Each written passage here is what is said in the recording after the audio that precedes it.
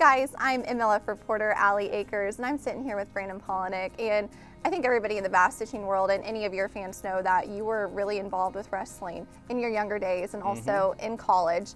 Did you take anything from that sport into now your professional career as a pro angler? It actually played a huge role in getting to where I'm at now.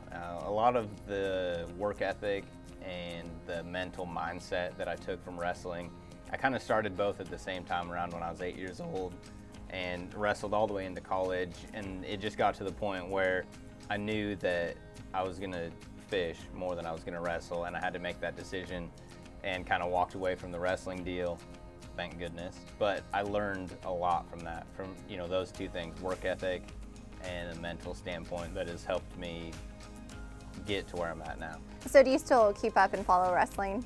I do, but not WrestleMania or WWE like you thought I did. I did. I don't know anything about wrestling. And to be quite honest, before this interview, I Googled what to ask a former wrestler. Oh, geez. So I'm supposed to ask you, who was your favorite wrestler of all time? When I was really young, I met Dan Gable, and I watched him. I was in Reno for a wrestling tournament, the World Championships, and I remember watching him crush apples in his hand into a 5-gallon bucket, and I thought that was the coolest thing. And he was a super nice guy. He was pretty old then, but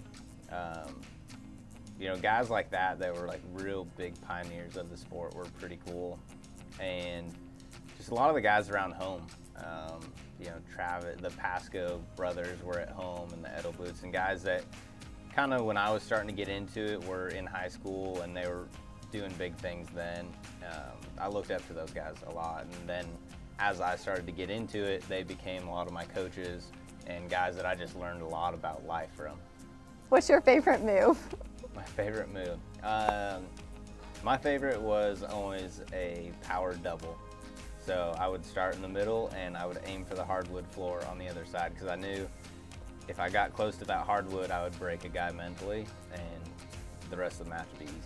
So are you ever going to do this at one of the MLF events if somebody, comes and they're too close in your fishing spot, or if you just get really hacked off? I hope that never has to happen. It's possible, but I hope that never happens. Guys, for more information on Brandon Palaniuk and all of our other MLF pros, just go to MajorLeagueFishing.com.